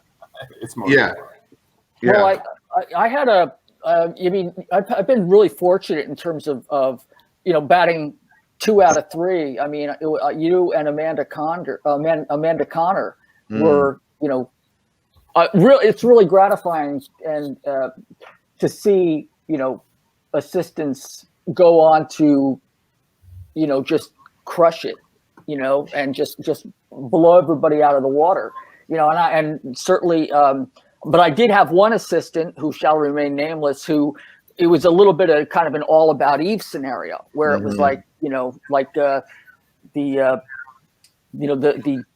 Robert Ford movie. It's like, I can't tell if you want to be like me or if you want to be me, and so that kind of I wanted to be you, Bill. Yeah, we wanted to be you. And I want you to just about us. spell the name. Nobody will know. Yeah, he's just I will refrain from mentioning the name because I actually had to he left a vicious stalker-esque voicemail back when there were tape machines, and I ended up having to call the police based on it. So it was I'm gonna just let that slide because I don't need a bunny boiler, Email us later. Yeah, surrogacy is not worth the time. But when I moved out here, it's like I've been used to being by myself, but having bought the house and it, you know, like in the slow process of moving in, it's actually, of course, this is before COVID, but I mean, one of the ideas of getting a larger place is actually to be able to have artists come in and work in a very cool environment, and to bring back some of that communal aspect. I mean, when I was in Westport, I had a studio at home, but I also had a studio where I worked with Stan Drake, Johnny Prentice, Leonard Starr, you know, and Frank Boll Jr. was there as well. And, you know, and comic artists would go out to lunch. I mean, you know, Gil Fox would talk about his days knowing Jack, you know, how he'd go to Jack Cole's house and Cole would have all of the windows shuttered because, you know, all of the heroin fucked up his eyes, you know, those kinds of stories. So it was like a comic strip Babylon, you know. But I love the idea of actually being around other artists and, you know, and having an assistant because, but in a weird way, it's like I'm so used to being by myself. It's almost like I have to get back into the swing of things, you know.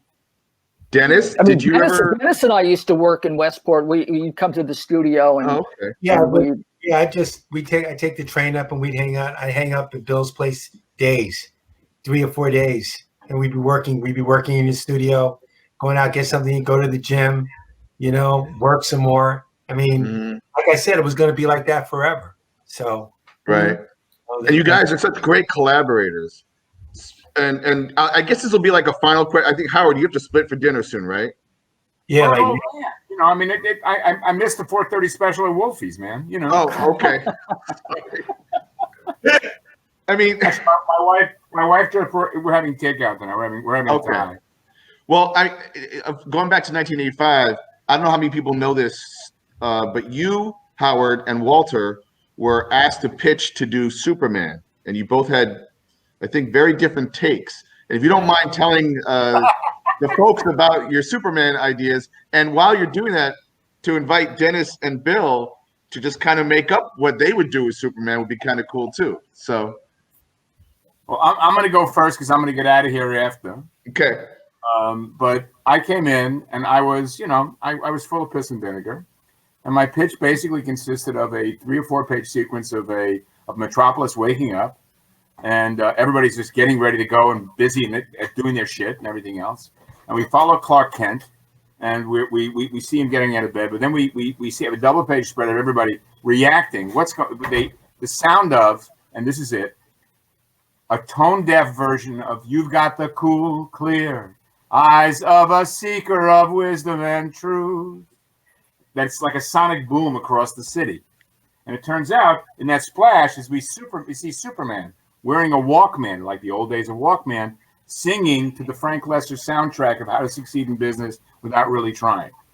And he's flying across the city. He gets to the Daily Planet, gets to the storage room, changes into his Clark Kent outfit, and we realize very rapidly that everybody in Metropolis knows that Clark Kent is Superman.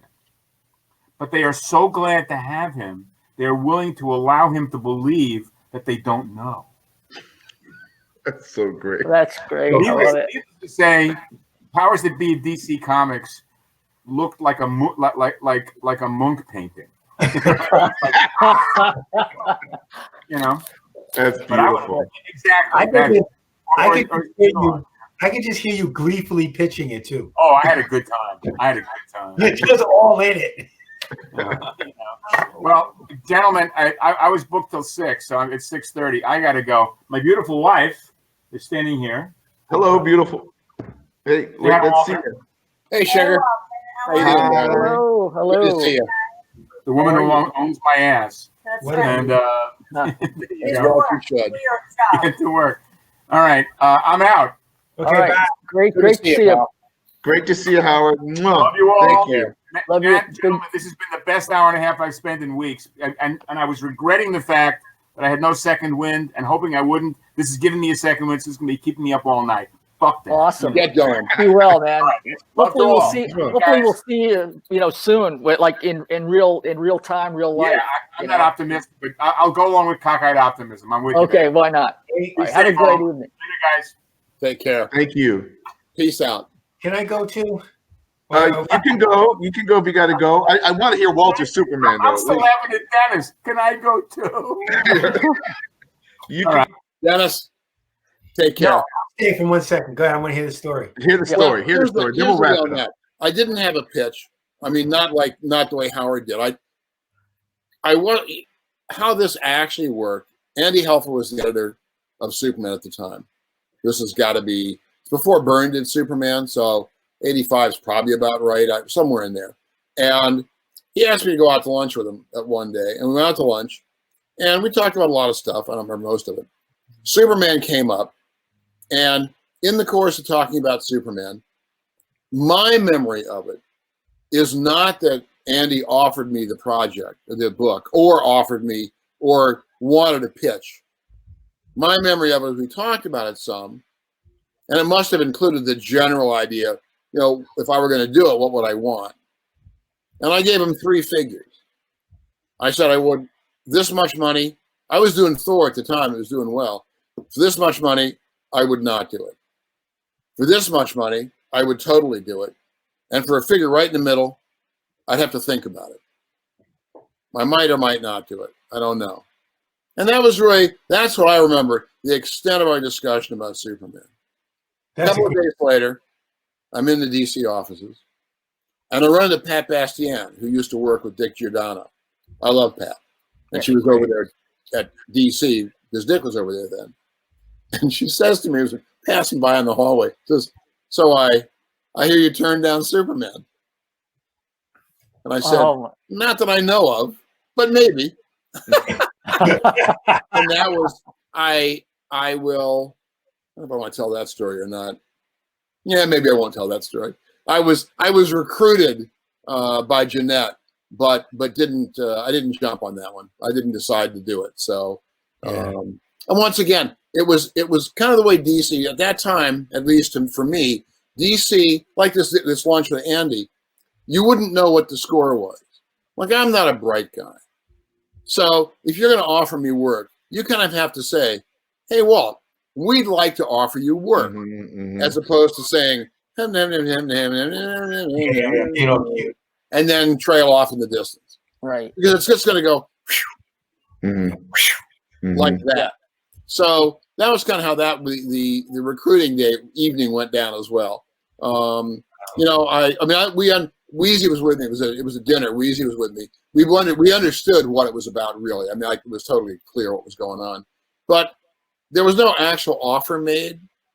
Like, if you come work for us, this will happen. And you know, I was doing okay elsewhere, and you know, that's kind of, I wasn't really pie in the sky, I don't suppose, but it was indirect enough and indistinct enough that it was not a tempting offer. Right. But it made for a great evening. I will tell you guys about some other time we aren't online. But you did have an idea. Do you remember the idea? I did. I thought about it some, and the idea I had, and I don't have, all I have is the basic idea. I do not have any idea where I was going to go with it. I don't know if I had more of it or not. All I remember now is that one of the days we were going to wake up, kind of like Howard's idea, except that the other side, the other way around. We were going to discover that Superman, all the stuff you knew about him, well, the readers knew about him. Presumably people didn't know about it. But the little rocket ship, the escape from Krypton, the destruction of Krypton, the growing up with the Kents, coming to Metropolis, all that stuff, none of it was true. Wow. Yeah. That's how issue 1 would end. That kind of stuff has been done a million times since then. Right. Superman, or maybe it was Superman by now, I don't know. Right. So it was more of an, I think, an original idea at that time. Whether I would have had the balls to really, in the end of the first year or two, made it stick, I don't know. But also because Superman is such a licensed character, there were a lot of other aspects of it in the licensing that I presume would have prevented that sort of thing from happening. Sure. Or Or you do it for a year. You do it for a year, and then do it for a year. yeah, But that was my idea for where the story would start. right. So Because then Louise would go kill Superman later. well, she did. But I will say in that was like in '92 or so, that when that happened, originally what was going to happen was that the Superman, we had a team of guys people doing Superman. Right. Dan Jurgens, John Bogana, artists and writers. There were 4 books a month. I think Mike Carlin was probably the only editor on God's Green Earth who could have driven those disparate teams in the same direction and got stories out of them. So every issue those guys did was like a chapter in an ongoing series. They would get together once a year or twice a year and have a big meeting, everybody, including I think the colorists and letterers, and they would sit down for a couple of days and work out the next year's worth of stories. Mm-hmm. They put a big whiteboard up on the wall, and they gridded out all the issues, and then started adding in all the stuff that was going to be happening, and Right. work out a whole year's worth of stories. And they worked out an entire year's worth of stories in which Superman finally married Lois Lane. And once they got that all worked out, Jeanette came in to see what was going on, and she got a look at it and said, "Can't be doing this." So what do you mean? We got a TV show coming up. It was The Adventures of Lois and Clark, isn't that what it was? Yeah. And that's going to come up. They're not married in the show. And we don't want people to be confused about having them married in the comic, but not married in It is so the TV confused. show. So you can't do it. So after 2 or 3 days of work, all that stuff went out the window. And everybody's sitting around going, okay, what do we do now? And apparently when you reach these kind of impasses, Jerry Ordway would usually say, casually leaning up against the wall, he'd say, well, why don't we kill him? And that had gone by before, but this time somebody else said, yeah, yeah, that's the ticket. Yeah, Right. let's kill this guy. Let's do this. And they worked in fury, worked out this whole storyline. I don't know how that one got past Jeanette. I don't know if she actually saw what they were going to do. It had to be done quick. And what happened basically was the storyline was already already running. Really, it was really the train had left the station, Mm-hmm. and the story I heard was that word began to leak out, and I guess it's the CEO of Warner Brothers, whoever that was at the time, was at a party. Now I don't know if this is really true. This is the story I heard. Was at a party, and somebody came up to him and said, "So I hear you guys are killing Superman," and he went. So they got back to DC in a hurry. Yeah. And by that time, it was too late. Yeah. I don't know if the books already left out of the press and were off shipping or whatever they were, but they were already out and the news was breaking. I remember watching Tom Brokaw on NBC with a Todd McFarlane pinup of Superman over his head that I had DC commissioned for a Superman story I had done, where I got a bunch of my friends to do, like Jeff Darrow and Todd, to do Superman pinups, guys that didn't usually do the book. Right. And so Todd did a very dynamic, and that's the one that was up. And it was like the last item of the day, obviously a slow news day. They're going to kill Superman. So the news broke. DC, above a certain level, was freaking out. And they put out the word to the PR department, kill this story. Not the literal comics, we're stuck with those. But if anybody calls up, press, any of that stuff, nothing goes out. Right. You don't tell anybody about that. You don't promote it. You don't do anything. We want this story buried. And then within a few weeks or thereabouts, maybe less, it became clear that they had the biggest Superman bonanza publicity since probably the first Christopher Reeve movie. Yep. It was everywhere. Yep. Wow. And somebody said, maybe we shouldn't be killing this story. Mm-hmm. And maybe somebody figured out, well, he won't be dead forever. Right. And so the book took off, did really well. But it was the sort of thing that if that gotten run by corporate before they had done it, it would never have happened. Right. And Right. that's right in the early days of creativity top down rather than bottom up. Yep. It already Yep. started by then, like Right. 89, 90, 91, somewhere in there, but it became more true as time went by. But that was how that worked out. Yep. So whether Thanks for that story. That's a I don't know. Great story. phenomenal. Dennis, Wow. I know you got to split. You want to split, right? Before you split, can you just tell us a little bit about what's up with you now? 2020, 2021. What's next? Well, gee, okay. Bill and I just finished a Lobo story together. Yeah, it was fun. That was fun. It's always fun. I mean, it's fun. It was like, we need this Lobo story right now. You and Bill can do it, right? Just do the usual shit you always do. And you're like, well, I have to say, I think we're spoiling them. One of your jobs. What? I said you were a lot of fun to ink. I have actually inked one of your jobs. Yes, and it's one of my favorites. It was great. It was a lot of fun to do. Oh my God. But poor Bill was inking a lot of my stuff, and you know, he's still there. He's still doing it. So we just finished that, and there's been a couple of other stuff. We just did Rock the Vote. Yeah. Oh, cool. Well, I think Dennis and I have this, like, we're like, Page and Plant or Miles and it's like we're we just like, I know what he wants, what he's going for or whatever. It's like, and we just gel. It's just, we just have our own shorthand now. I do tell people, because I have to remember people actually watching this, that working with Bill is incredible, but it's also intimidating because you're working with Bill Sienkiewicz. And even though I've known him forever and we're old friends and stuff, and I can joke around with him and bullshit, it's still like, it's a serious thing. It's like, I always use example with Keith Richards and Mick Jagger would write songs for the Rolling Stones. They would write songs and pray they were good enough for the Rolling Stones. So they would write songs together and present them to the rest of the band. Right? Hoping that the rest of the band would say, what kind of bullshit is this? And we do it. So I'm like that. I'm like, okay, I'm handing this off to Bill. I don't want him to think, what kind of bullshit is this? And he's going to expect me to fix it, So you really, it's like, it's a serious collaboration, but it's a serious thing. It's not like we just fluff it off. Well, you found a great partner that keeps you on point. What's that? You found a great partner that keeps you on point. Yeah. Oh yeah. Well, I mean, it's always wonderful. I think the one thing that I think that gets it, the fly in the ointment, is when they don't give us enough time. When they kind of have us, with our literal backs against the wall. Which is more often than not. Yeah, which is more often than not. And then it's like it's like a triage unit. It's like, oh, I guess I am going to have an all-nighter, at 62. They need this at the last minute. Why are they calling us at the last minute with this thing? But then you realize it's, in a way, it's a weird kind of compliment, because they could call anybody. Right.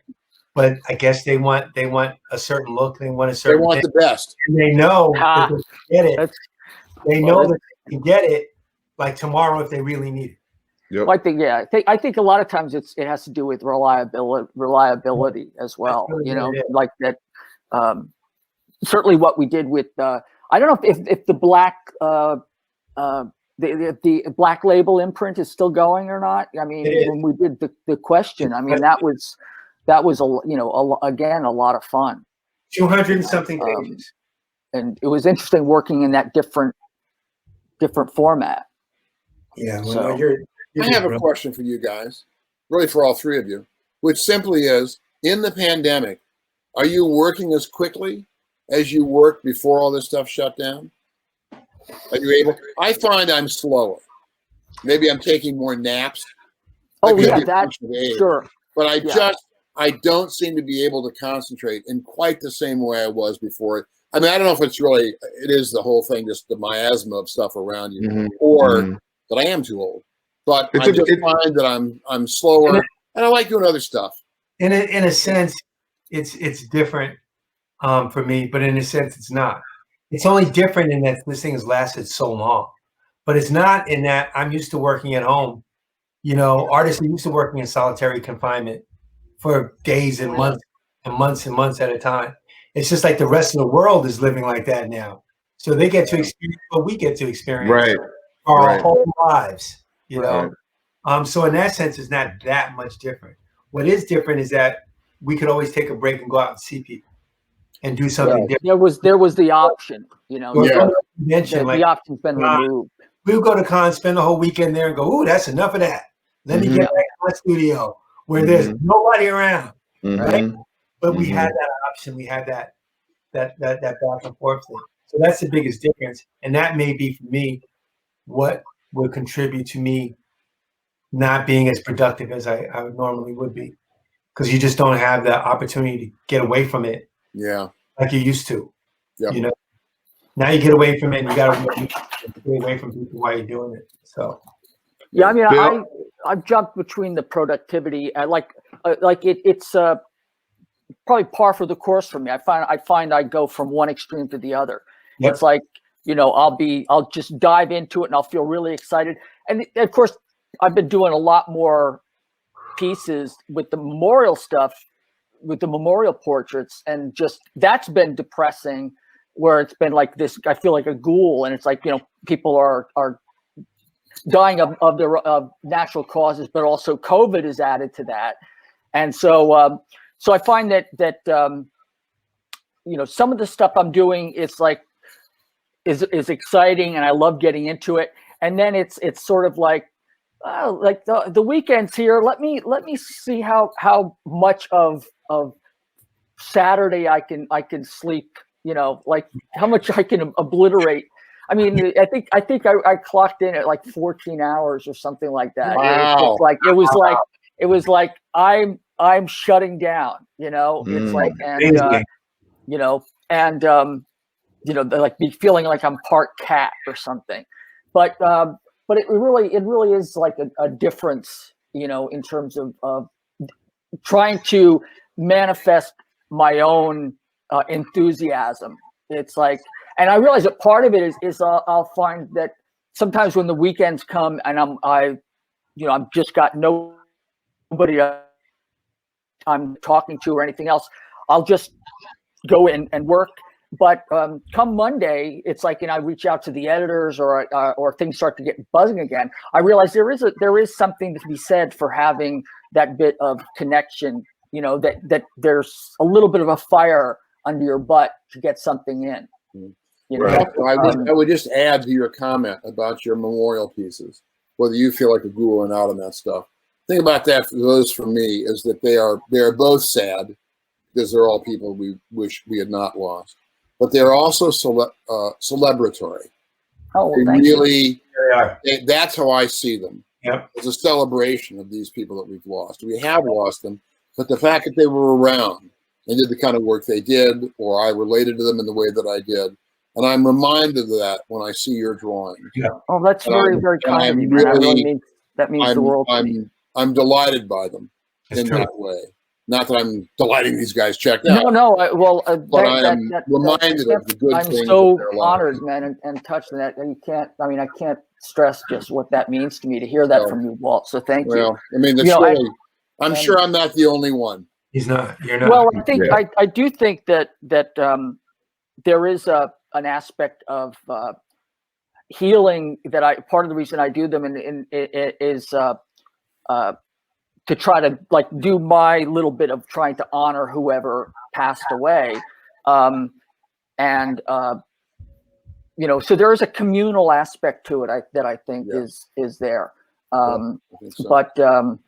but some of the ones were really, really hard. Like, I mean, when I heard about Chadwick Boseman, it was like my mouth just stayed open. I couldn't believe it, you know? Yeah. I mean, and like when RBG passed, it was like, you know, just fuck, you know, for all numbers of reasons, you know, not the least of which for many reasons, and they all have borne out. Every single year that we had, everything you thought would happen really happened, like exactly like we thought it would. Yeah. To the worst parts of it, and you're like, son of a bitch. So guys, we have like a minute left. Okay, this has been awesome.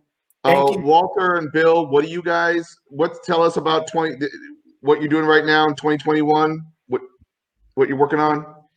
Well, I'm writing the 4th round of Ragnarok. Thorgor to Jotunheim.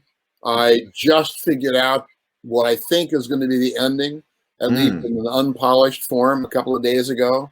And so I've written copious notes. Now all I have to do is hammer them all together and make some sense out of them. And I'm finishing up a bunch of commissions. I never take commissions. And because comics shut down a while back for a while, I've taken on some commissions, mostly just full figures, which are interesting. I'd kind of rather be doing stories. But, Right. but I will say, I can make more money out of the commissions. I think so. It's, That's all they it's do. very strange. I haven't done them before. It's Right. very odd. I've got about 3 or 4 left to go. That's Right. it for me. Bill? Bill? Yeah, I mean, you know, speaking of that, I mean, I've actually am doing portraits. Some people, like for commissions, have actually asked me to do memorial portraits of relatives who have passed, and I've also been getting calls for anniversary pieces as well. There's one rather well-known comedian, you know, buddy of mine who I can't mention because I don't know if his, you know, his wife will see it. So it's like, so I can't even mention, but I'm doing like commissions. What I do is I did his wife basically as Electra, you know, I won't mention the name, but, and then I'm also doing just portraits as well, which is something I love to do, but I'm also working on, you know, the comics bug just never ends. And I'm curious about, I keep putting off and circling, you know, the perimeter of diving into Parisian White and with Kelly Sue DeConnick, right? With Kelly Sue, and I think what's going to happen is I just have to dive into it. But I'm also playing around with a bunch of ideas of my own, just because I really want to do not necessarily straight toasters too, but really be in that milieu again. Of challenging myself and also I think one of the things that does happen is that when you're in a level of isolation, you don't have any other distractions, so that every line seems to mean more in some kind of bizarre way. You put a lot more weight on each one, as opposed to, you know, you're going out and you're having a real life time, and you come back and go, that's good enough, and you know, you let it go. And I'm finding that that sense of stressing over the small stuff, like things tend to get magnified, and I think that some of it is it's really easy to lose perspective, in terms of what you're doing, and that's the one thing I think about having a collaboration and a communal aspect, is that because I reached out and I just spoke with I hadn't spoken to Lance Hendrickson in a long time,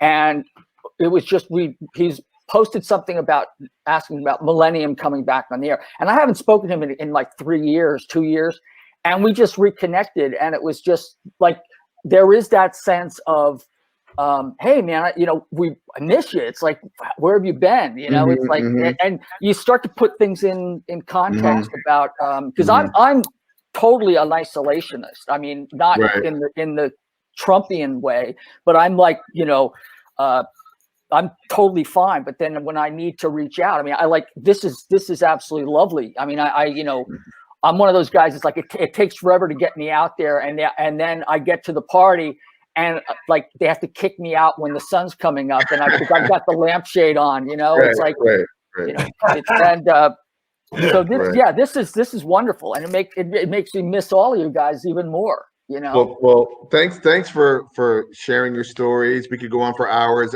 We're getting kicked out of here. I'll just plug myself real quick. I've been working on this webcomic called The Red Hook, published by Webtoon, which is a free app on your phone. And I'm launched season 4 2 weeks ago. It's called Blackout, and that's what I'm working on right now. And to answer Walter's question, I've been doing a lot of writing. I've been very creative. So. Yeah, I somehow the drawing is a little bit slower at times, but the writing has been abundant, and collaborating, and it's been a lot of. I've been energized by this pandemic in a weird way. So that may inspire me. Yeah, right. Very good.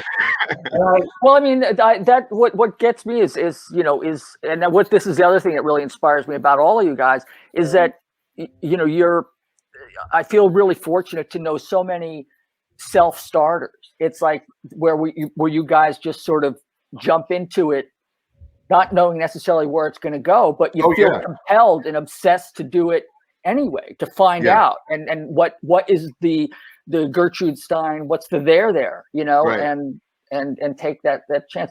And to me, that's magic, you know, and that Absolutely. really is inspiring. You know, so Absolutely. thank you guys. Thank you. You know, All right. all right. Stay healthy and vote. And Stay healthy, love yeah, you be guys. well, and at some Be point safe. we will absolutely, when this madness is over, we will actually, you know, All get together. we'll all Wear, get wear together. your masks. Wash your hands. Watch, socially yes, distance. exactly. Take care, guys. It's great. Vote, to see all of you. vote. Good to see you, Walt. You Good be to see you, good. You Dean. guys be Dennis, good. as always, Bye, Bill. brother. Talk to you Always later. Right, great to see you. Well, Have a All great All you night, guys who guys. stopped by to watch, thanks for coming by. Yep, that's.